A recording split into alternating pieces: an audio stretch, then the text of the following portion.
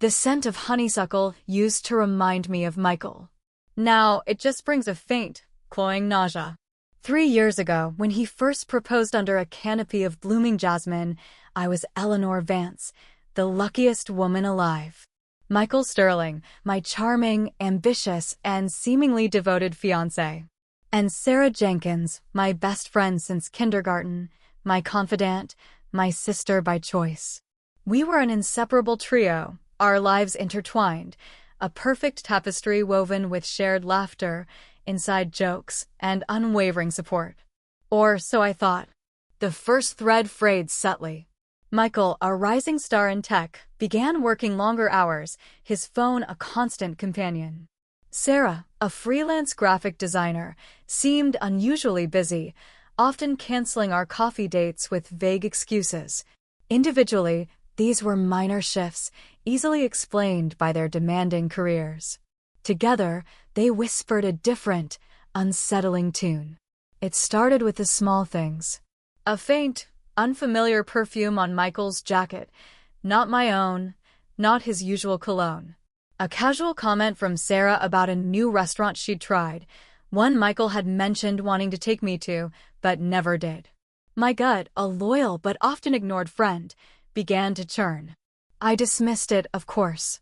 Michael was planning our dream wedding, sending me links to exotic honeymoon destinations.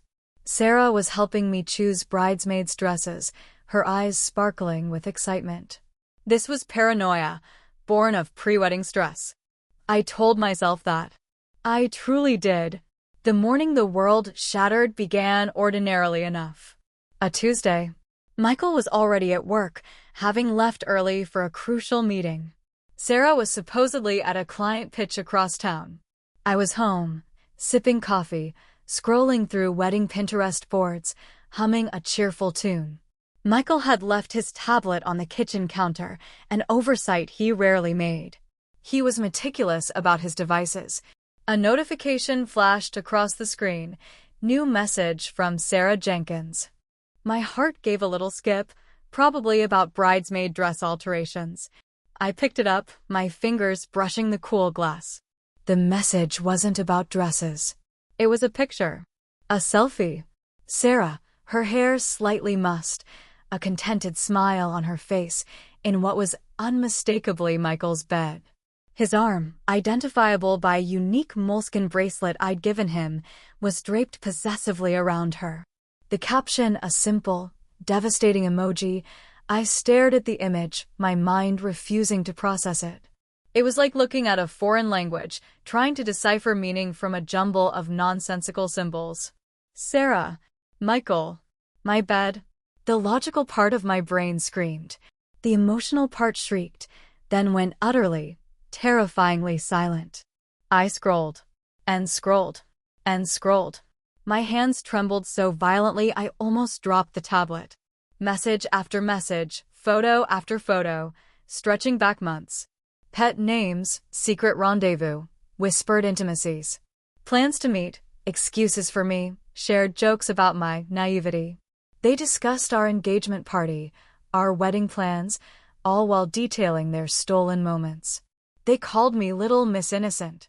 They laughed at my enthusiasm for our future. Did she buy the veil yet? Hope it's not too expensive. Gives us more budget for our getaway after you ditch her. Sarah. She's so clueless, baby. But it's almost over. Soon, it'll be just us. Michael. The words burned into my retina, searing a permanent scar on my soul. My perfect life, my perfect fiancé, my perfect best friend. All of it, a meticulously constructed lie. I was trapped in a nightmare, suffocating under the weight of their deception. I sank to the kitchen floor, the tablet sliding from my numb fingers, its screen still glowing with their sickening confessions. Tears came, but not the hot, stinging kind. These were cold, empty tears, dripping onto the pristine white tiles, matching the icy void that had opened in my chest. Hours passed. I don't know how many. The world outside continued, oblivious. Birds chirped. Cars drove by. The sunlight shifted, painting patterns on the floor. I lay there, a broken doll, my mind replaying every moment, every kind word, every loving glance, now twisted into a grotesque parody of affection. The dinners they'd shared when I was busy, the late nights at the office that coincided with Sarah's client emergencies, the subtle glances, the shared smiles that I'd interpreted as camaraderie, not conspiracy. The betrayal was not just a stab in the back, it was a vivisection. They had taken my trust, my love, my very identity, and dissected it for their amusement. Michael, the man I was going to spend my life with. Sarah, the sister I never had. They had not merely cheated, they had performed an elaborate, cruel charade, with me as their unwitting audience. As the numbness began to recede, a different sensation crept in. Not anger, not yet. Something colder, sharper. Clarity. A terrifying, beautiful clarity. They thought I was clueless? They thought I was naive? They thought they could discard me like yesterday's trash and build their future on the ashes of my happiness? A slow, deliberate breath filled my lungs. My hands, though still trembling, found strength. I picked up the tablet. The evidence. Every single message, every picture, every detail. This wasn't just heartbreak. This was a weapon.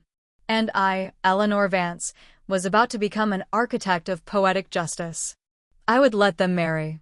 I would let them stand there, bathed in the false glow of their stolen happiness. And then I would bring it all crashing down. The tears stopped. The emptiness remained, but it was now filled with a chilling resolve. The game was on, and they had no idea they were playing it. The next few weeks were a performance worthy of an Oscar. Every morning, I woke with a hollow ache, the images from Michael's tablet seared behind my eyelids. Every evening, I put on the mask of the loving, excited fiancé. Michael would kiss my forehead, talk about caterers and floral arrangements, and I would nod, smile, and offer suggestions, all while a silent scream echoed in my mind. Sarah would call, asking about dress fittings, offering to help with wedding favors, and I would listen, pretending her voice didn't grate on my nerves like fingernails on a chalkboard. The hardest part was watching them. The subtle touches, the lingering glances they thought no one saw. The way Sarah's eyes would track Michael across a room. The way Michael would instinctively turn to Sarah, not me, when something funny happened. They were so comfortable in their deception, so arrogant in their belief that I was oblivious. And I let them believe it. Every fake smile, every feigned sigh of bridal excitement, fueled my icy determination. My first order of business was to secure the evidence. I couldn't risk Michael deleting anything. While he was at work, I quietly used his tablet to transfer all the relevant messages and photos to my secure cloud storage. I meticulously categorized them. Text messages, Michael and Sarah. Photos, Michael and Sarah. Financials, Michael and Sarah. I dated each entry. I even found a few video snippets, short, grainy, but damning.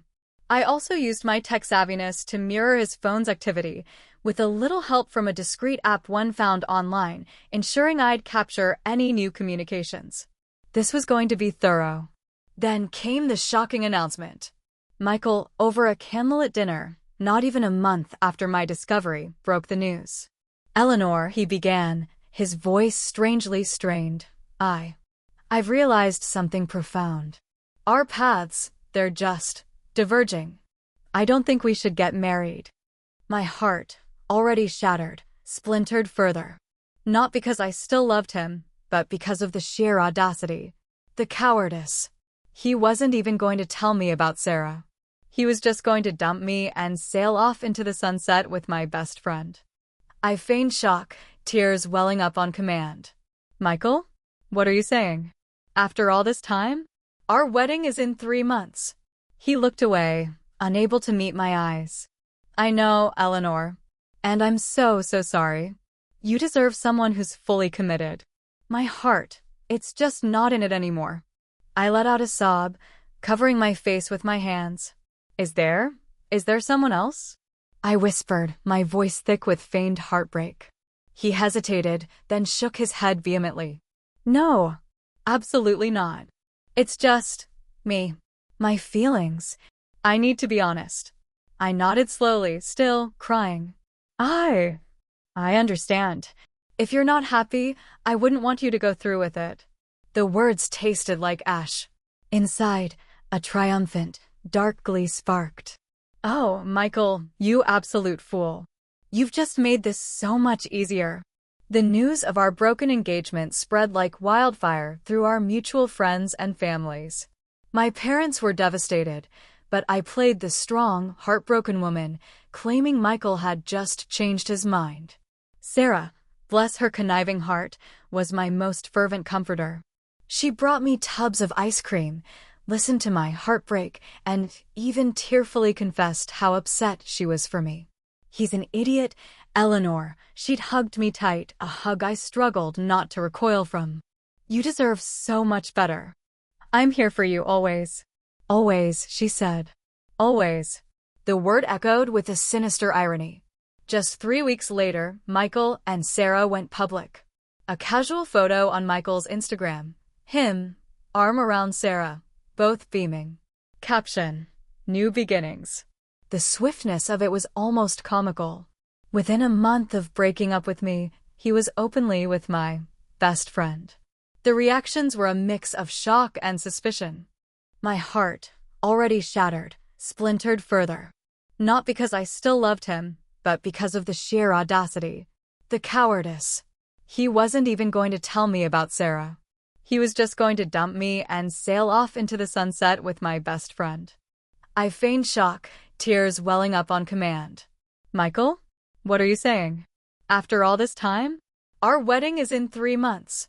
He looked away, unable to meet my eyes. I know, Eleanor. And I'm so sorry. You deserve someone who's fully committed. My heart, it's just not in it anymore. I let out a sob, covering my face with my hands. Is there someone else? I whispered, my voice thick with feigned heartbreak. He hesitated, then shook his head vehemently. No, absolutely not. It's just me. My feelings. I need to be honest. I nodded slowly, still crying. I understand. If you're not happy, I wouldn't want you to go through with it. The words tasted like ash. Inside, a triumphant, dark glee sparked. Oh, Michael, you absolute fool. You've just made this so much easier. The news of our broken engagement spread like wildfire through our mutual friends and families. My parents were devastated, but I played the strong, heartbroken woman, claiming Michael had just changed his mind. Sarah, bless her conniving heart, was my most fervent comforter. She brought me tubs of ice cream, listened to my heartbreak, and even tearfully confessed how upset she was for me. He's an idiot, Eleanor. She'd hugged me tight, a hug I struggled not to recoil from. You deserve so much better. I'm here for you always. Always, she said. Always. The word echoed with a sinister irony. Just 3 weeks later, Michael and Sarah went public. A casual photo on Michael's Instagram. Him, arm around Sarah, both beaming. Caption: New beginnings. The swiftness of it was almost comical. Within a month of breaking up with me, he was openly with my best friend. The reactions were a mix of shock and suspicion. I continued to gather receipts. I set up an anonymous email address and sent a subtle, untraceable phishing link to Michael's old work email, knowing he often reused passwords. Bingo! I gained access to an archived folder of emails between him and Sarah from early on in their affair, detailing clandestine meetups during supposed business trips. These were even more damning, with hotel confirmations and flight details. I cross-referenced dates, times, and locations, building an irrefutable timeline of their infidelity. I also installed a discreet spyware app on an old burner phone I gave Michael as a gift, an upgrade from his personal phone for work calls, I said. This allowed me to passively monitor his current texts and calls, capturing any last-minute nervous exchanges with Sarah. I didn't need much more. The bulk of the evidence was already secured. But this just solidified the current state of their conspiracy. My masterpiece of a presentation was taking shape. I had hundreds of screenshots, compiled into a meticulously organized digital album. I had a detailed chronological document outlining their affair, complete with dates, times, and specific quotes from their messages. I even had a few voice notes from Michael where he'd accidentally recorded conversations with Sarah, thinking he was dictating a memo, revealing private jokes and pet names meant for me. Those were chilling. I transferred everything to a secure, password-protected USB drive. Then I had a dozen copies made, discreetly stored in various places. Just in case. The hardest part was maintaining my composure. There were days I wanted to scream, to lash out, to smash every wedding decoration. But I held it together. I worked out, channeling my fury into physical exertion. I meditated, finding a cold, calm center amidst the storm of my emotions. I envisioned the wedding, the moment of truth, and that vision kept me going. Friends and family expressed their surprise at my calm demeanor. "Eleanor, how are you doing this?" my sister, Clara, asked one evening, genuinely concerned. "It's so messed up that they're together, let alone asking you to be in the wedding." "Clara," I said, forcing a weak smile. "It hurts, but I've accepted it. Michael wasn't right for me, and if Sarah's happy, then I want to be happy for her. It's about forgiveness." Clara looked unconvinced, but she dropped the subject. Forgiveness, I thought, a bitter laugh bubbling in my throat. "Oh, there will be forgiveness, Clara. Just not in the way you expect." As the wedding day approached, Michael and Sarah grew visibly nervous. They fidgeted, their smiles seemed plastered on, their glances at each other often laced with a subtle tension. They were worried about something. Not me, I assumed. Probably about their families judging the hasty timeline, or perhaps the whispers circulating about their sudden coupling. They were so consumed by their own anxieties, their own secrets, that they never once suspected the calm storm brewing in my heart. The final weeks were a blur of bachelorette parties, which I endured with a fixed smile, dress fittings, and last-minute errands. I bought Sarah a generous wedding gift, a set of expensive crystal flutes. I even helped her write her vows, a task that felt like an act of unspeakable cruelty. Her vows were filled with flowery language about loyalty, honesty, and an unbreakable bond.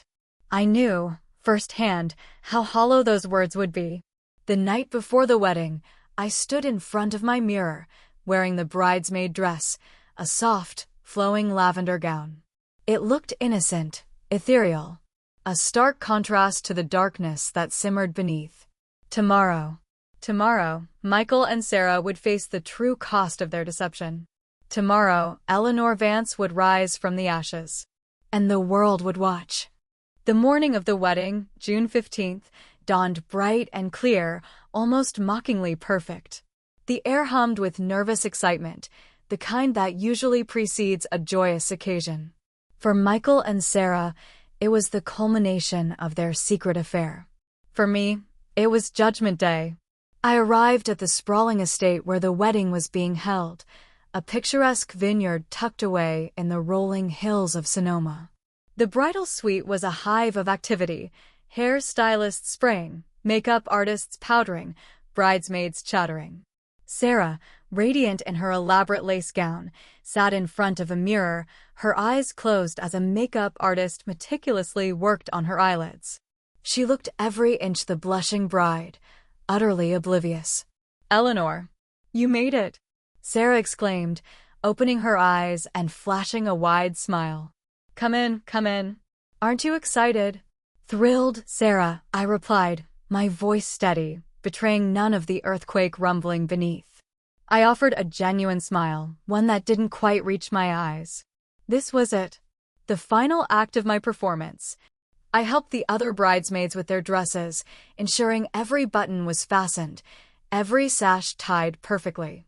I poured mimosas, offered encouraging words, and even smoothed out Sarah's veil, my fingers lingering for a moment on the delicate lace. Every action felt surreal, a bizarre dream where I was an active participant in my own torture. Throughout the morning, I kept my phone tucked away, But my plan for the receipts was meticulously orchestrated. I had already arranged for a local news outlet, one known for its investigative journalism, to have a reporter discreetly present. I'd sent them an anonymous tip a week prior hinting at a major scandal about to unfold at a high-profile wedding. They were skeptical but intrigued enough to send someone. I also had a few key loyal friends who knew nothing of my plan but were ready to record on their phones, just in case my primary setup failed. My main weapon, however, was simpler, a small, portable projector hidden in a specially modified clutch bag, connected wirelessly to the USB drive in my pocket. And a microphone, disguised as a lapel pin, linked to a small, powerful speaker system I'd donated to the wedding for better acoustics. I'd tested it all weeks ago, the technology seamlessly integrated into the beautiful surroundings. As the ceremony drew closer, the nervous energy in the bridal suite intensified. Michael's best man, Liam, poked his head in, grinning. Michael's a wreck. He's pacing like a caged tiger. But he's ready. Sarah giggled, adjusting her veil. Tell him I'll be there soon. And tell him I love him. The words twisted my stomach. Love him. The sheer hypocrisy was breathtaking. I walked down the aisle with Liam, my steps measured, my expression serene. The lavender dress swished around my ankles. The vineyard stretched out around us, rows of grapevines bathed in golden sunlight. Guests filled the white chairs, their faces beaming, anticipating the union of what they believed was a passionate new love story. My eyes scanned the crowd, noting the discreet figure with a camera in the back, the reporter. My heart hammered, a drumbeat of anticipation. Michael stood at the altar, handsome in his tailored suit, a nervous tremor in his hands. His eyes, when they met mine, held a flicker of surprise, perhaps even relief, that I was there, playing my part. He smiled, a genuine, albeit tense, smile. A smile I used to adore, now filled with the bitter taste of deceit. When Sarah appeared at the top of the aisle, a collective gasp went through the crowd. She was stunning, truly. The dress, the veil, the glowing smile. She radiated happiness, a happiness built on a foundation of lies. Michael's eyes welled up as she approached him, tears of what he believed was pure emotion.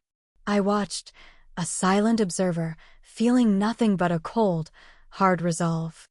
The officiant, a kindly-looking man with a gentle voice, began the ceremony. He spoke of love, commitment, and the sacred bond of marriage. Each word felt like a fresh wound, yet each also sharpened my focus.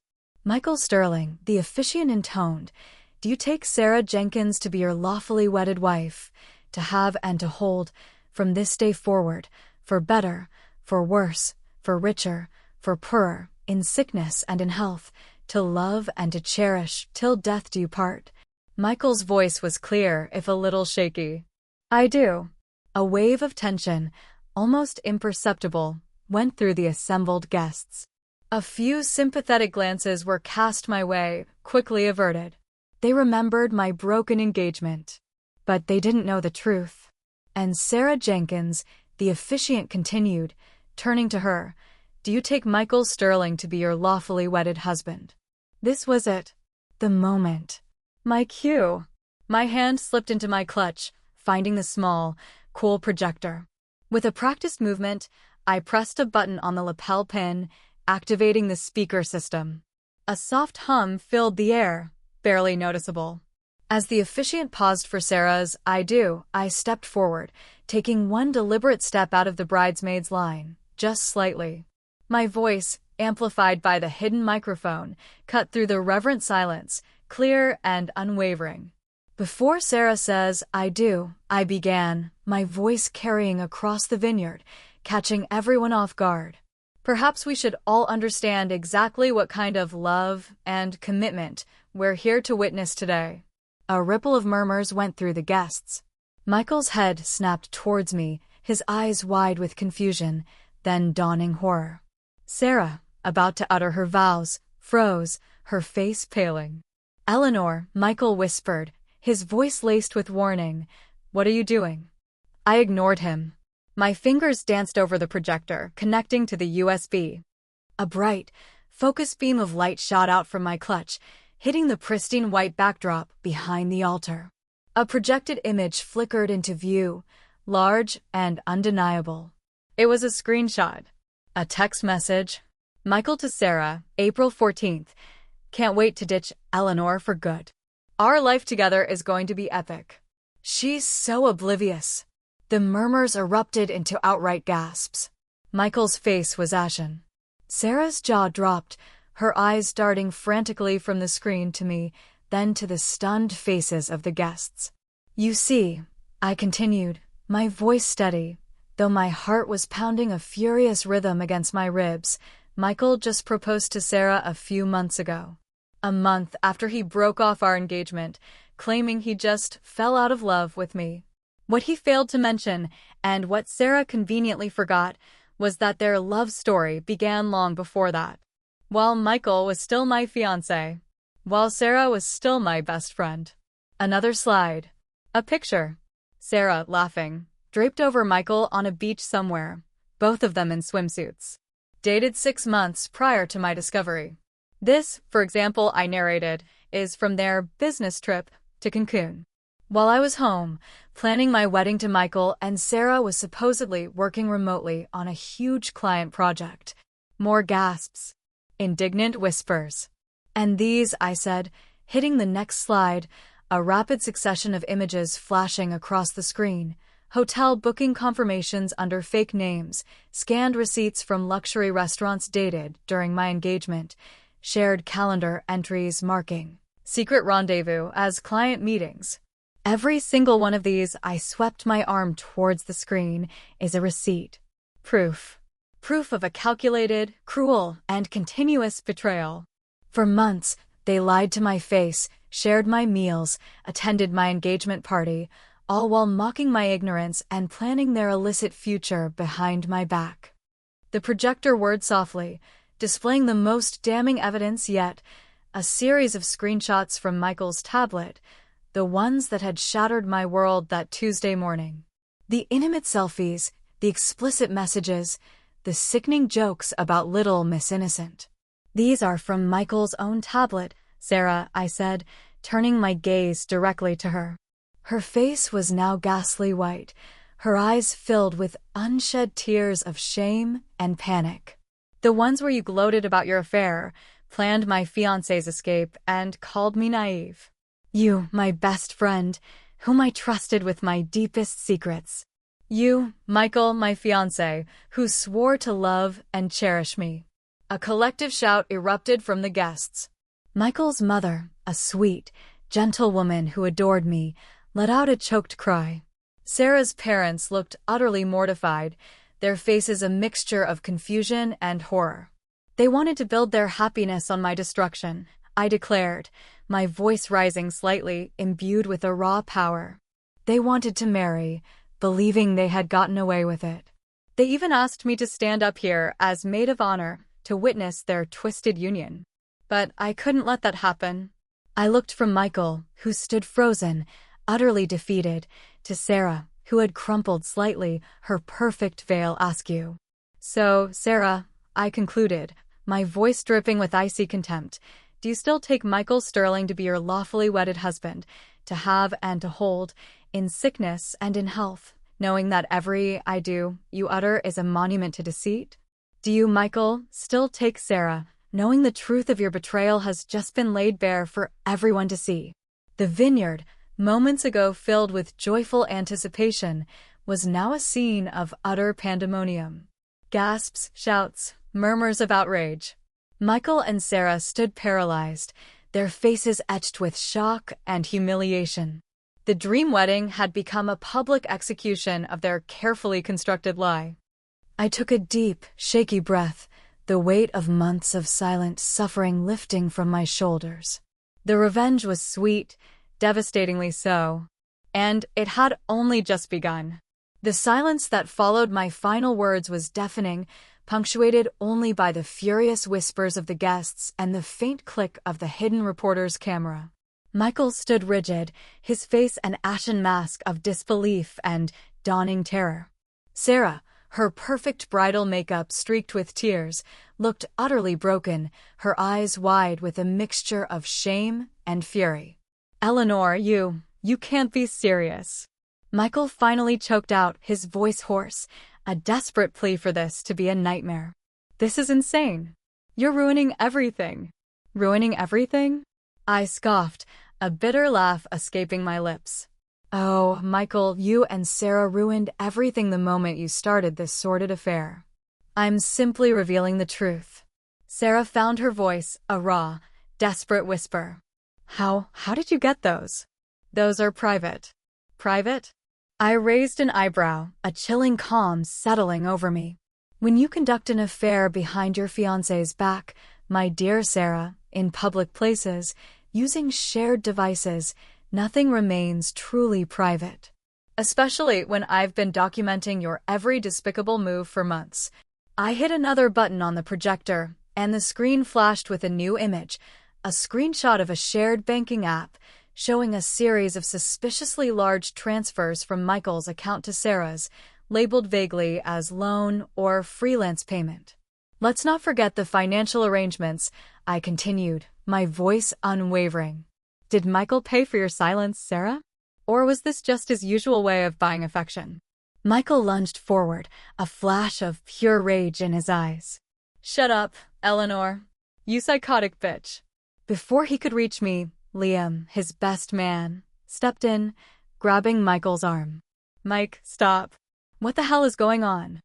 Liam's face was a mask of confusion and disgust, clearly putting the pieces together from the projected evidence. My parents, who had been sitting in the front row, were on their feet. My mother, usually the picture of composure, looked ready to faint. My father, a stern but fair man, simply stared at Michael and Sarah, his jaw tight. Sarah's mother, Mrs. Jenkins, a woman who had always treated me like a second daughter, rushed forward, her voice trembling. "Sarah, is this true? Is any of this true?" Sarah whimpered, shaking her head frantically. "No, Mom, it's not. Eleanor's crazy. She's jealous." "Jealous?" I echoed, a cold, hard edge to my voice. "Of this? Of a relationship built on lies, betrayal, and the deliberate destruction of another person's life? No, Sarah. I'm not jealous. I'm liberated." I stepped back, allowing the full chaos to unfold. Guests were on their feet, some shouting, some whispering furiously. Phones were out, recording. The reporter in the back was practically vibrating with excitement. "Get them out of here," someone shouted. "They should be ashamed," another voice cried. Michael, trapped between Liam and his own horrified father, looked around frantically, searching for an escape. Sarah, in her extravagant white gown, looked utterly pathetic, a shattered porcelain doll. "I loved you, Michael," I said, my voice cutting through the noise, softer now, but no less impactful. "I truly did. And you shattered my heart into a million pieces. Then you and Sarah danced on those pieces, believing you were clever. But you underestimated me." I turned to the assembled guests, my gaze sweeping over their shocked faces. I kept quiet for months, swallowed my pain, and allowed them to walk towards this moment, because I believed the truth deserved to be witnessed. Not whispered behind closed doors, but screamed from the mountaintop. Let this be a lesson. Betrayal has a cost. And today the bill is due.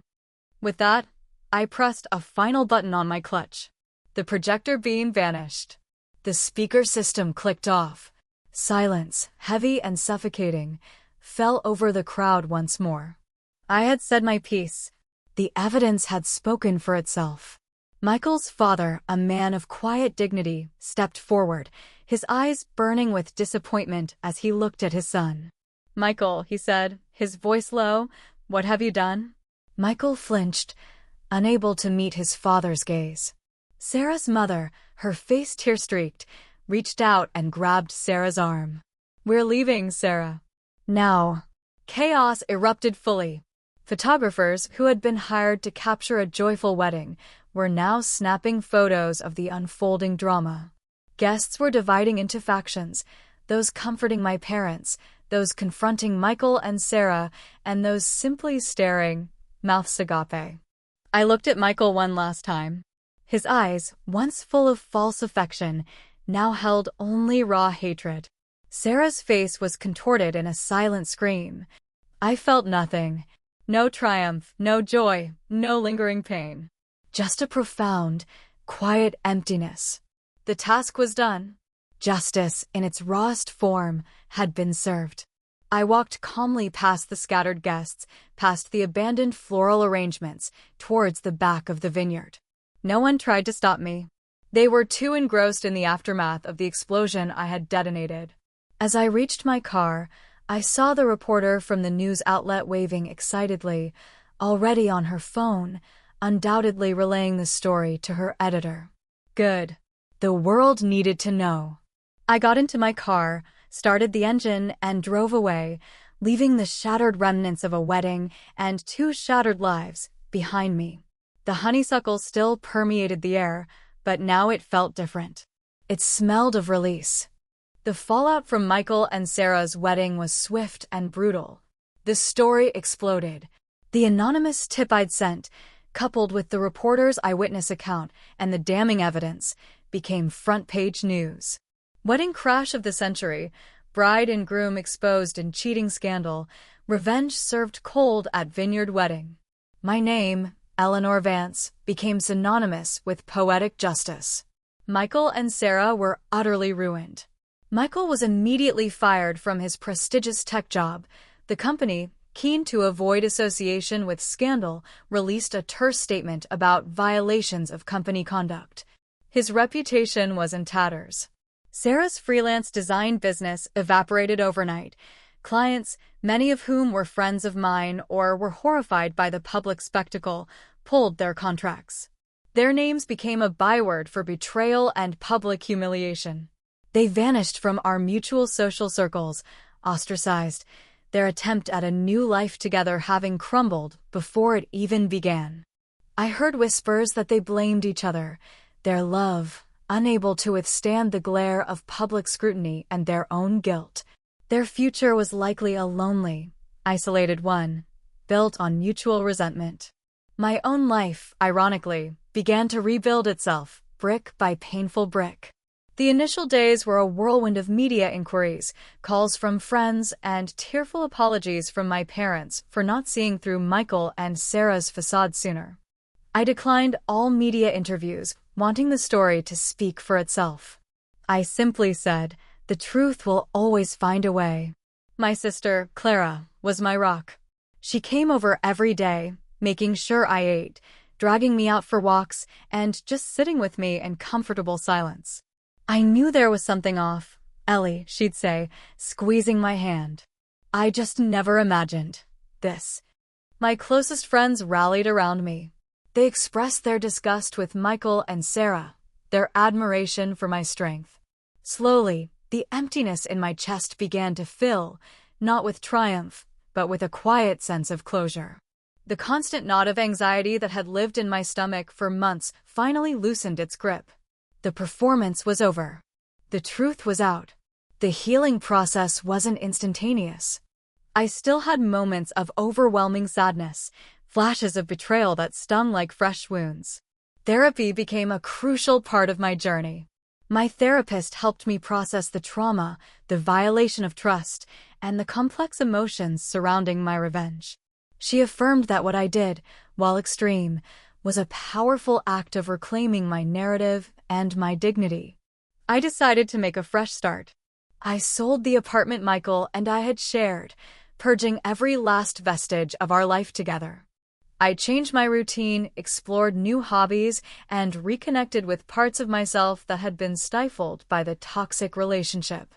I started painting again, something I hadn't done since college. The canvases became a cathartic release, each stroke a step towards healing. One quiet afternoon, months after the wedding, I received a small, nondescript package. Inside was a single, anonymous note. "Thank you, Eleanor. You showed us all." There was no signature, but I suspected it was from one of the many people Michael and Sarah had charmed and deceived over the years. It was a small validation, a silent acknowledgement that I hadn't just exposed them for myself, but for others too. The world moved on, as it always does. The sensational headlines faded.